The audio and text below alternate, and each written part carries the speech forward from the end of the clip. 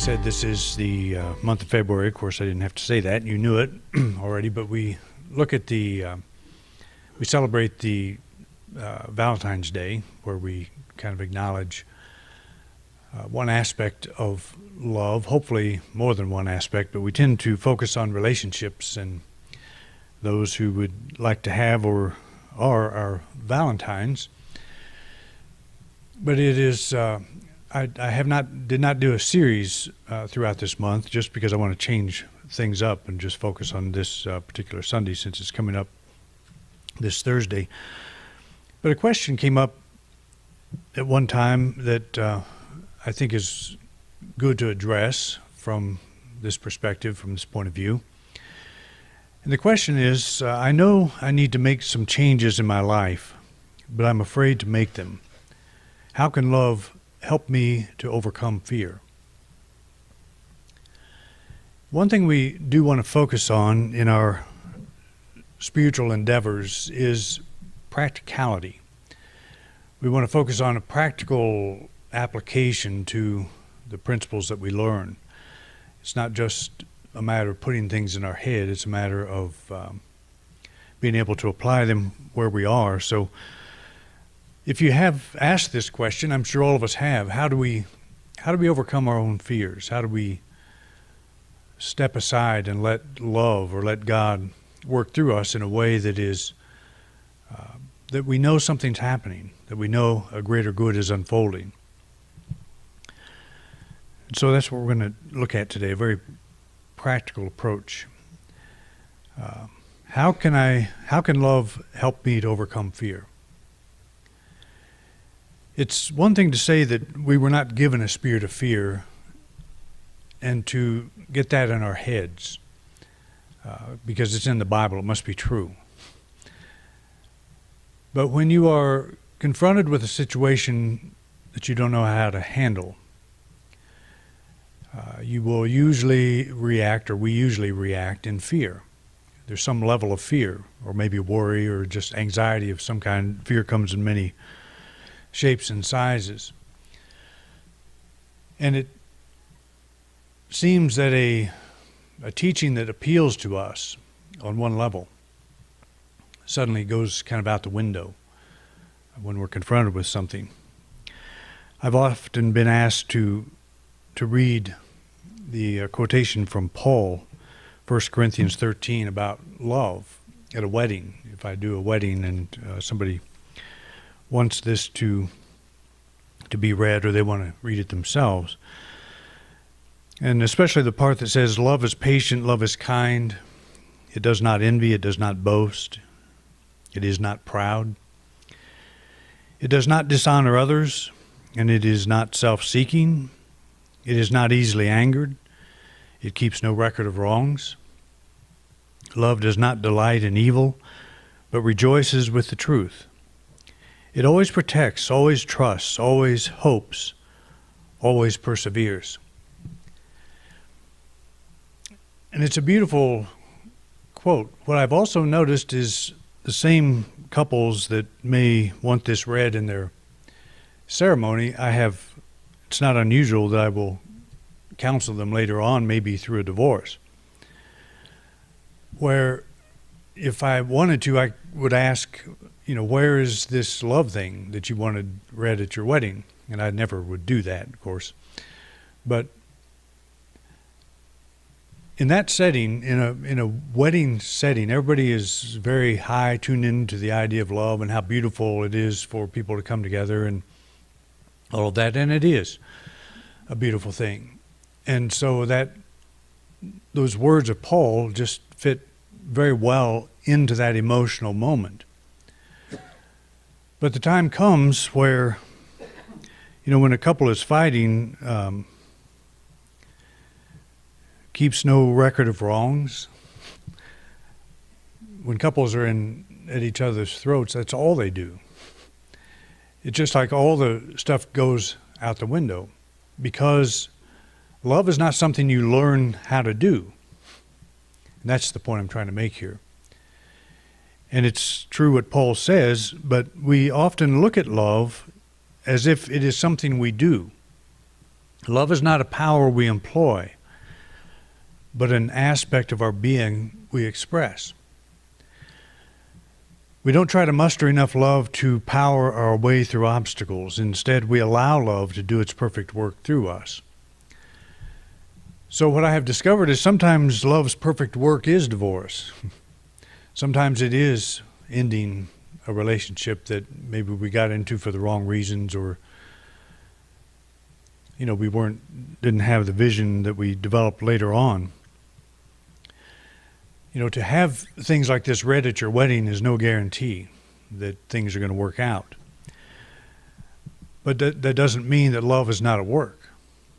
We have to take a higher road. We have to take a higher view of the action of love, what it is. Because if we get into a situation and we're one person, we're at one level of understanding of who we are. And within that relationship, we begin to grow. We begin to see that we're something other than that, something more than that. I've had several counseling types of experiences where that was happening. One person was growing while another was not. And the person that's not wanted to hang on to the person that was growing. And it's a very challenging situation. So the question is the one that's growing, should they just stop? Should they go back and try to make themselves fit into Paul's description of love? Because if they're feeling like they're being held back and growing, they want to grow, they want to move forward, and the person with them is not allowing that, should they be patient with that hanging on? Is that a virtue? It's a very different way to think of it when love is something that we're supposed to do. Something, a power that we employ. We look at it as something that we give out or we withhold it. And if we take the larger view that love is something more than this, it is, I think, very helpful. And I have said this over and over, and I'll continue to say it because I think it's a good definition, that love draws to us that which is for our highest good and dissolves that which is not. Maybe it was for our highest good to get into that relationship at that time. Maybe it helped us open our eyes in some way that we would not have done otherwise. But maybe we outgrow that. And it doesn't mean one person's bad and one person's good. But if love draws to us that which is for our highest good, then we would say, to enter that relationship initially, that was for my highest good at that time, as I understood who and what I am. And maybe going our separate ways now is for my highest good. Because love is constantly working to open us up. It draws to us that which is for our highest good and dissolves that which would hold us back. And we don't have to let go. This is kind of an important thing. Love doesn't make us do anything. It just kind of lays the cards on the table so we can see. And most of us know. I think I've shared before, I used to ask people that had been through a divorce and they were getting remarried, if during the first marriage, did they have any red flags, any signals, that maybe they were getting into something that wasn't so healthy. And almost all the women, at least, that I asked said yes, that something told them not to do it. But what happens with a wedding? You send out invitations, you get all these plans going, and it's kind of hard to back out. And so you override that sense that, but see, that's love. That's the voice of love trying to dissolve something that's not for your highest good, but it's not making you do it. It's just laying the cards out. And that red flag, you could say, well, I'm just getting cold feet, or I'm not sure. There's kind of a difference. We do things that we're not familiar with doing, or something that's maybe, presses us a little bit beyond our normal comfort zone. And sometimes it's just good to push yourself through those kind of things. But there's a deeper kind of a knowing. When something's really not right, it doesn't feel right. And that's love. But it doesn't, take you out back, twist your arm and beat you up and say, you're not going to do this. I'm just not going to let you do it. Love lets us go. Love lets us do what we think is right, even if we don't think it's right. And that's the beauty of it. So it's not like this power that is forcing us to behave in certain ways. It simply throws up the signal. Like love draws to us that which is for our highest good. How does that begin? How does that begin to materialize? It's a knowing. It's a feeling. It may not be a clear-cut thing that I want to do, but if I'm sitting in my life and I feel like I'm hemmed in, and I look at myself and I do some soul searching and I say, why do I feel this way? It's because we carry a higher vision. We carry something higher. It's the trout in the aquarium thing, the wild trout in the aquarium. It doesn't belong there. And it'll try to get out. The trout itself has no doubt as to why it doesn't want to be in there, because it knows a larger experience. And that's what I keep coming back to, is the soul knows the larger experience. Love is part of your soul. It is, your soul is love in expression. And love cannot be confined. And every time it is confined, there's this unrest, this sense of something's missing or something is too confining. And it may be difficult to put your finger on what that is exactly, but one way to get to that is to ask yourself, if all obstacles were removed, what would I do? If I wasn't afraid of hurting somebody, if I wasn't afraid of, if I had the money, or if I had the opportunity, what would I do? And your answer to that question is the beginning of probably what you ought to do. It's like you already know what that is. But we find ways to suppress that. And one of our strongest tools is fear. And fear is not a divine tool. It's not something that we were born with. It's something that we learned. And how we learned it doesn't really matter. We all know it. We all experience it. We're quite familiar with it. But if we hold this idea that right now love is doing its perfect work in us, love draws to us, is drawing to us right now, that which is for our highest good, and it's dissolving that which is not. If you're in a situation you don't quite like it, the dissolving side is that feeling. It's not that love is going to take it away for you. It's that there's this thing, this message that you're getting. This is not quite right. So that's how love speaks to us, I think. It's not like love doesn't wield a 2x4, and maybe it'd be better if it did. Whack us upside the head, and sometimes we feel like that's what happens. But the question is, if you're in a negative situation, why would love draw to me a negative situation? And I've had this question raised many times. Another person I knew that had been through several marriages and found the perfect person finally, and that one blew up. Why did God do this to me? Why did God make this happen? Was the question. And it's like the answer has nothing to do with God, or less to do with God than you might think, because the attitude the person had, and I shared the story in one of my books, is that after going through several failures in relationships, I'm going to fix myself. I'm going to get myself in line. I'm going to do something. I'm going to be a more loving person. I'm going to implement the ideas that I know are true. And I'm going to get this airtight self-image that'll withstand the perfect relationship. And so I get to the point where maybe I'm ready, and Mr. Right shows up, and it just looks perfect. Everything looks perfect. And it falls apart because Mr. Right starts seeing another woman. So what's that all about? Why would the Lord do that to me? And when you put it in perspective, the Lord didn't do it.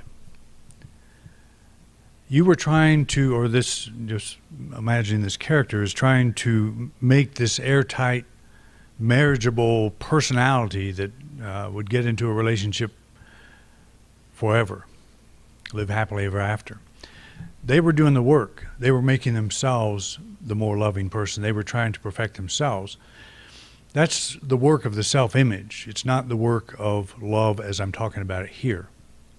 It's not really a letting go. It's I'm going to make myself into the perfect love machine, the perfect attractor. That's the problem with what we refer to as the law of attraction, is we try to make ourselves into something that would be acceptable to somebody else. We become something that we want to, and we want to attract a person just like that. And I've said that might be better called the law of distraction instead of the law of attraction. When you are yourself, when you are comfortable with yourself, you'll draw those kind of relationships. When you stop trying to be something you're not, that's the kind of relationship you want. And I'm not just talking about relationships with people. I'm talking about conditions in life and different things that we try to accomplish by being a good person. It's like if we hold this idea that love is drawing to us that which is for our highest good, start looking at your dreams.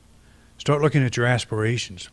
What is your heart standing at the door knocking and saying? We look in that direction first. And then love dissolves everything that's stopping that or blocking the expression of that. So I look at myself again. Okay, if love is doing that, what am I hanging on to? And it's usually something that I'm hanging on to in fear. I'm afraid to let go. Totally understandable, because the situation we're in is a way to protect the self-image. It's usually a kind of a fortress we built around ourselves as a protection. And what if that protection is the thing that's holding us back?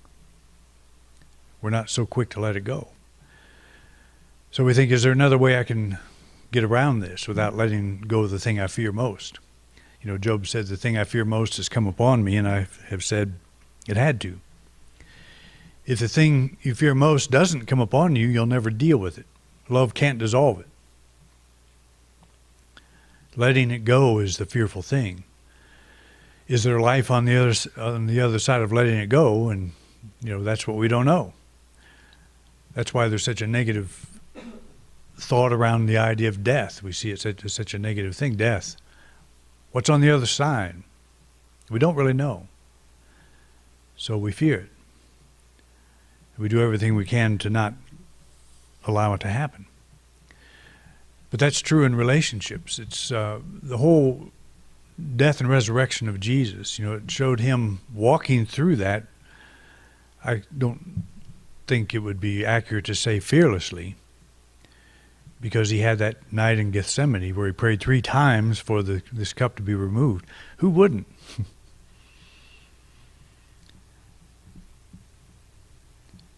But he kept going, and he said, nevertheless, let thy will be done, not mine. And he was saying, let love do its perfect work.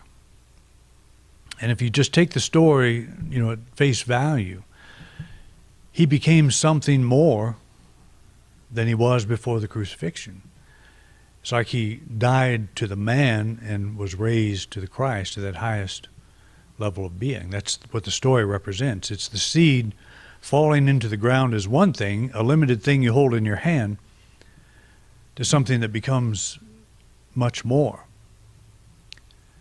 And that's a great illustration of love drawing to the seed exactly what it needs for its highest good and dissolving that which is not. And what is not for its highest good when it falls into the ground is hanging onto that seed self. All my best friends are seeds. I don't want to lose them. I don't want to lose the life I know of as a seed. It's a fearful thing. But the seed apparently does not experience fear. We do when we are dropped into the ground of uncertainty, some uncertain situation. Everything we know revolves around the seed, and we don't want to lose that. We're afraid to lose that. But if we listen quietly to ourselves, that's the point of meditation. One of the points of meditation is we're dreaming. We're dreaming of a freer life. We hold the thought of a freer life 24 hours a day. It never leaves us. But we may have gotten to the point where we say, well, I just don't think I can do it. I don't think I'm good enough for that. I've got to keep working on myself, keep fixing myself to get someplace I'm not right now. The answer to the previous question, why would love draw to me a negative situation? Love doesn't draw negative situations to us. Love stirs discomfort, alerting us to the fact that we're trying to stuff ourselves into some container that is far too small. If we ignore the signals, love patiently sends them again. The person I was talking to that had been through a couple of marriages and was trying to fix herself had not gotten to the place where she could really listen to herself at the deepest level. She was trying to fix herself. So busy working, so busy doing the work that she wasn't listening. It's a very important thing to follow.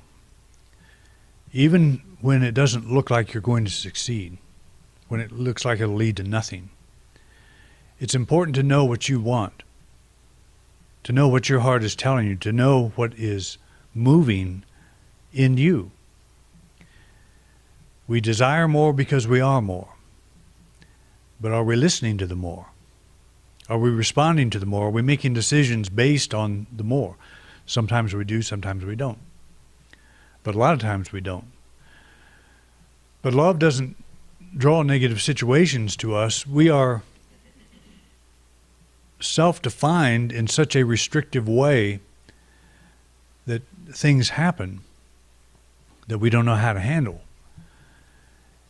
And if we weren't in that self-perception, in that place of understanding of the way we are acting and showing up on this planet, we wouldn't have that negative experience. It wouldn't seem negative to us.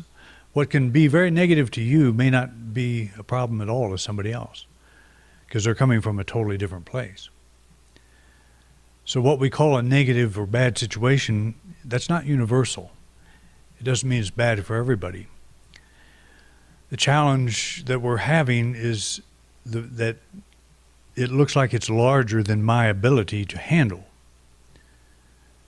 But is that true at the deepest level? And am I just going to settle for that? I can't do that because I just can't do that. That's not me. Well, maybe it is you, but you just have never let yourself be you before.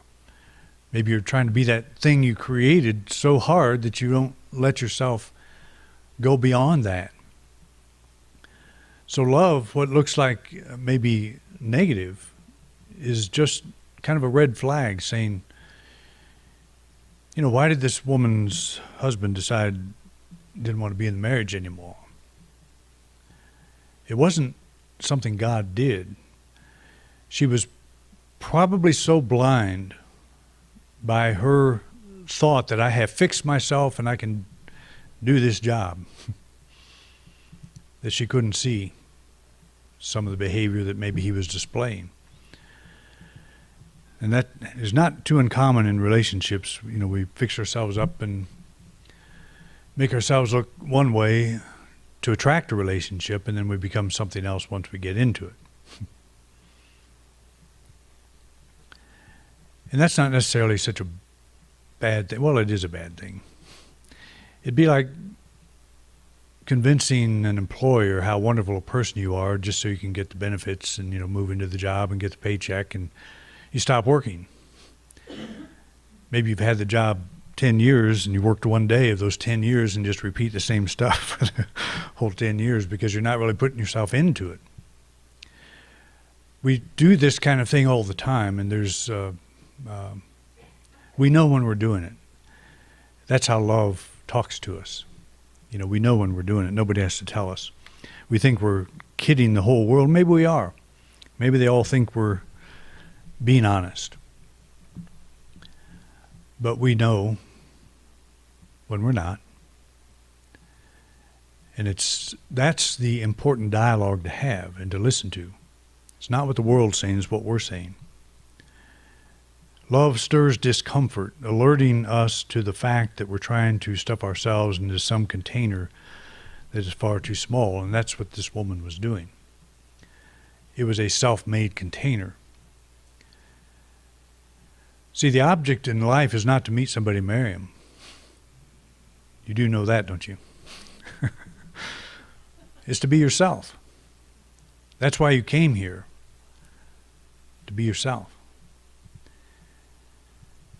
And if you are yourself, you'll draw somebody that's a lot like you. It's called the law of attraction. But it is preceded by the law of expression. You become what you want to see in your life. And that just makes sense. You're drawn to people that have the same interests. That's when I met Beth. I met her in church, of all places. And I had been in plenty of bars prior to that, because I used to sing. But it only makes sense that if you want to meet somebody of like mind, you go to a place that is of interest to you. Or you become the person that's of interest to you. Not try to fool somebody into believing you're something you're not. And I think most of us here are past that or old enough to know better, but it's a common thing that we see in life, and it's just we're so busy building the facade, trying to make that work. And there's a higher principle at work in us. Love expresses its strength. Fear protects a weakness. Am I responding from my higher inner strength, or am I protecting a weakness? At some level, we already know the answer. And that's a good question to ask yourself. I ask myself this question all the time. If I'm afraid to do something, if something, and by afraid I just mean uneasy with doing something, I ask myself, am I prepared to express more of myself here, or am I protecting some weakness that I have? Am I reacting because I'm protecting a weakness? It's just a good thing to ask yourself when you find yourself in a situation where you're resisting, or where also you may be agreeing to do something that you don't want to do because you're protecting a weakness. You don't want to offend somebody else. I've had that this week. I had that happen twice. And I did not go with the fear of offending the person. I said, no, I don't want to, I can't do this. I'm not going to do it. I didn't want to do it. So instead of trying to make others happy, don't we have some obligation to listen to us, to ourselves? That's how love operates. You've got to be honest with yourself. And you can say no in a way that's not offensive to somebody. They may not, take it that way. They may be offended, but if we're doing things just to please other people, then we're not doing what we're here to do, and that's be true to ourselves. You don't find the rest of yourself out there in the world someplace. That's not an easy thing to grasp sometimes, because it sure looks like your greater good is out there someplace. We need things. We need money. We need relationships. We need all these things to just make our life interesting and fun. But you don't need them to be you. You don't need them to be at peace. You don't need them to be centered. That's what I don't like about this whole thing with marriage, that we call our spouse our better half, usually in joking. But our spouse is not the other half of us. If we're not two whole people in a marriage, we've got a problem. If we're two half people, two half-wits maybe, trying to be a whole, there's something wrong with that. There will be something wrong with that, and it'll come out in the marriage. And that's true with the job you hold. It's true with everything. If that represents the rest of your wholeness, whatever the condition is, then you're not there to give. You're there to get. You're not there out of strength. You're there out of weakness. And we all have those. And, I'm just talking across the board here. Just saying, here's some things to look at as we go through life. How to overcome fear with love, or through love. The message of dissatisfaction. Dissatisfaction is the soul asserting itself. You may not think this way. I've said it so many times that I hope you start at least considering it. Dissatisfaction is the soul asserting itself, assuring us that life can be more than fear will allow. Dissatisfaction is your soul saying, you have hemmed me in somehow. You've locked me up. You've drawn a circle around me that's bigger, that's not big enough. And so you're unhappy, dissatisfied. I love this affirmation I ran across this week. I've actually read it a number of years ago, but refound it, as often is the case, from Emma Curtis Hopkins. There's good for me and I ought to have it. She points out, hold this attitude. There's good for me and I ought to have it. Don't go out and fight for it, like in a death struggle of some kind. I've got to get that. There's good for me and I ought to have it. And she talks about how we live in infinite substance. We live in this infinite energy that we call God, and there's no lack in this. And just to open your mind to that level of receptivity, instead of going out and trying to find the right Mr. Right or Mrs. Right or Mr. Right, whatever, we become that with the attitude that it's out there, or it's, I'm drawing that to me now. Love is drawing to me that which is for my highest good. That's happening now. There's good for me and I ought to have it. And that's not like slamming your foot down and telling God what to do. It's the truth. We didn't come here to suffer. We came here to express, to be something that has never happened before. We're all unique expressions of God, fingerprints, individual expressions of God. So some simple steps just to kind of go back over this. Love is now drawing my highest good and dissolving that which would stand in my way. Don't force this. Just think about this. Just see this as happening now. I don't have to be more loving. I don't know how to be more loving. You don't have to. Love is working through you now. It always has. It's drawing to you your highest good and dissolving that which would stand in your way. And what stands in your way may be your own self-perception, your own fear. But listen to that.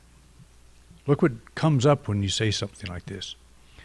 I pay attention to my discomfort, seeing it as love's signal to let go of something. That's nearly always the case. If you're just uncomfortable with something, there's something to be let go. The third thing is I redirect weakness thinking into strength thinking and action. There is good for me and I ought to have it. I think that's a great attitude to have.